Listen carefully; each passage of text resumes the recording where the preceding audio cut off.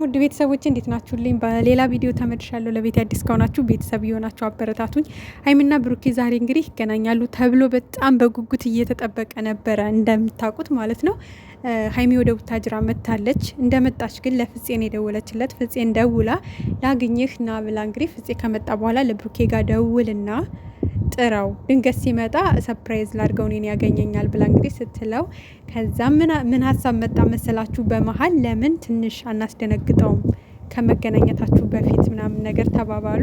ተስማሙ በፕራንኩ ማለት ነው። ከዛ ብሩኬ እንግዲህ ከመጣ በኋላ እንዳያችሁት ሀይሚ ችግር ገጥሟታል። አዋሳ ላይ ተዘርፋለች።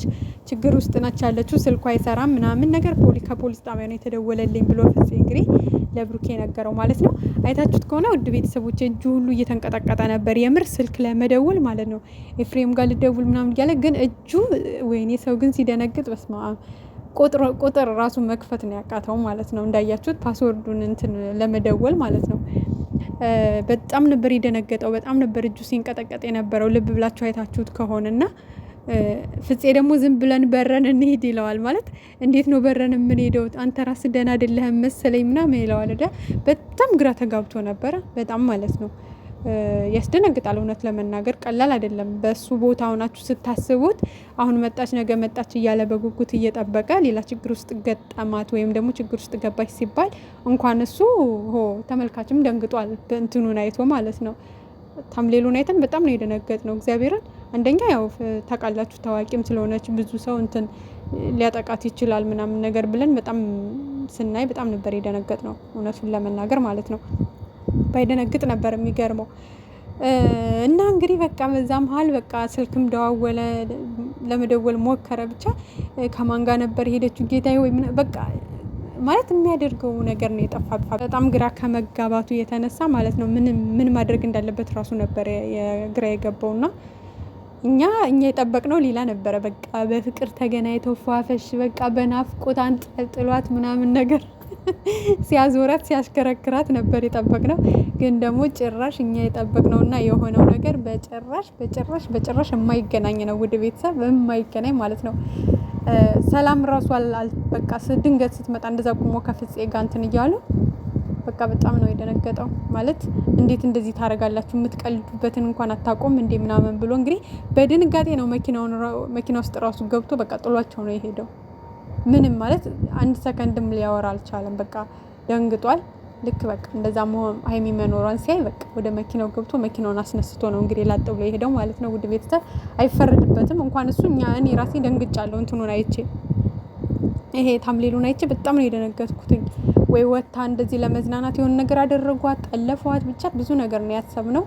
እንኳን አይደለም ለብሩኬ ለኛ ራሱ ከባድ ነበረ እና ባይደነግጥ ነበር የሚገርመው። ለማንኛውም ግን ወደ ቤቱ ሄዳችሁ ታረጋጉታላችሁ ብለን እናስባለን። ቢናደድም እንግዲህ ይቅር ይላችኋል። ለተወሰነ ሰዓት ነው የሚናደድባችሁ። ሄዱና ቤቱ አረጋግተሽው እንግዲህ ሄደሽ ቤተሰቦቹንም ሰላም ብለሽ በዛው እሱንም አረጋግተሽ መምጣት አለብሽ ብዬ ነው የማስበው። ሀይሚዬ መደንገጡ ልክ ነው፣ ያስደነግጣል። ምክንያቱም ካሁን እርግጠኛ ነኝ በቃ ዛሬ ነው የምመጣው ብላ ነግረው ይሆናል ከመምጣቷ በፊት።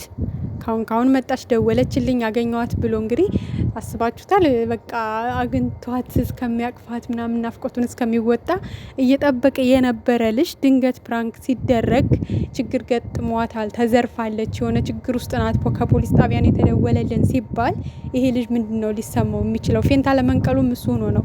የምር ያ ነው የቀረው እንጂ እኮ እጁ በስማ አይታችሁት ከሆነ በጣም ነበር ሲርበተበት የነበረው። በቃ እዛ ጋር ፍፄ ደግሞ ግራ ያጋባዋል። በቃ እንሂድ፣ እንብረር፣ በረን እንሂድ፣ አረ እንደውል። እዚህ ያሉት ፖሊስ ጣቢያ ጋር ግንኙነት ስለሚኖራቸው ከየትኛውም ሀገር ፖሊስ ጣቢያዎች ግንኙነት አላቸውና እንሂድና ፖሊስ ጣቢያ እናመልክት ይለዋል ብሩኬ። ፍፄ ደግሞ በረን እንሂድ። እዛ ላይ የተደወለበትን ቁጥር ስጠኝ ሲለው ፍፄ ግግም በቢሮ ነው አላውቀውም፣ የለም እኔ ባውቀው አልደውልም ወይ ብቻ የሆነ በጣም ልጁን ግራ አጋብተውታል። እውነት ለመናገር ሀይሚዬ አንዳንዴ ፕራንክም ለነገሩ እሷ አላሰበችም። አይ ዛሬ የሷ ጥፋት አልነበረም። እሷ ድንገት ጠርታ ሰርፕራይዝ ማድረግ ነበር የፈለገችው። ግን ደግሞ ማለት ነው ሀይሚዬ አንደኛ እዚህ ጋር ቀድመሽ እሱን ብታገኘው ጥሩ ነበረ። አንደኛ ደስ ይለዋል። ያም እልህ ይዞት ሊሆን ይችላል። እንዴት እኔን ሳታገኝ ጓደኛዬን ደውላ ታገኛለች፣ እኔ በናፍቆት እየጠበኳት ብሎ ማስቦ ሊሆን ይችላል። በነገራችን ቀድመሽ እሱን አለማገኘትሽ፣ እሱ እንዳለ ሆኖ ከዛ ላይ ደግሞ ችግር ገጥሟታል ተብሎ ፕራንክ መደረጉ ያ ነገር እሱን ተደራርቦበት ያናድደዋል ብዬ አስባለሁ። እንደ እውነቱ ከሆነ እሱን ነበር ቀድመሽ ማግኘት ያለብሽ። ከፈለግሽ ለሰው አስደውለሽ እቃ ተቀበልልኝ ማለት ትቺ ነበረ።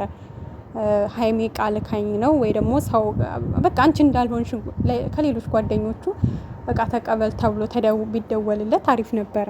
ገብቶሻል? ከዛ ያንን እቃ ሊቀበል ሲሄድ ድንገት አንቺን ያገኝሻል፣ ሰርፕራይዝ ይሆናል ማለት ነው። እና ያው አንዳንዴ ወንዶች የሚቀኑ ከሆነ ትንሽ ከባድ ነው ማለት እንዴት እኔ እያለሁ ጓደኛዬን ደውል አገኘችውም የሚለውን ስሜት እዛ ላይ ደግሞ ፕራንክ መደረጉ ሊደራረብበት ይችላል ብዬ አስባለሁ። እና ቀድመሽ እሱን ብታገኙ ጥሩ ነበረ። ግን ደግሞ ያው ከሰው ስህተት ከብረት ዝገት አይጠፋም እና ያው ለወደፊቱ ትምህርት ታገኝበታለሽ ብዬ አስባለሁ። አንቺ በቃ እናስበሽው ነው። እሱም እንግዲህ ጥፋት የለበትም፣ ደንግጦ ነው። በቃ እንደዛ ነው እንግዲህ አንቺና ፍፄ እንግዲህ ተመካክራችሁ ያደረጋችሁት ነገር ነው። ክፋት የለውም።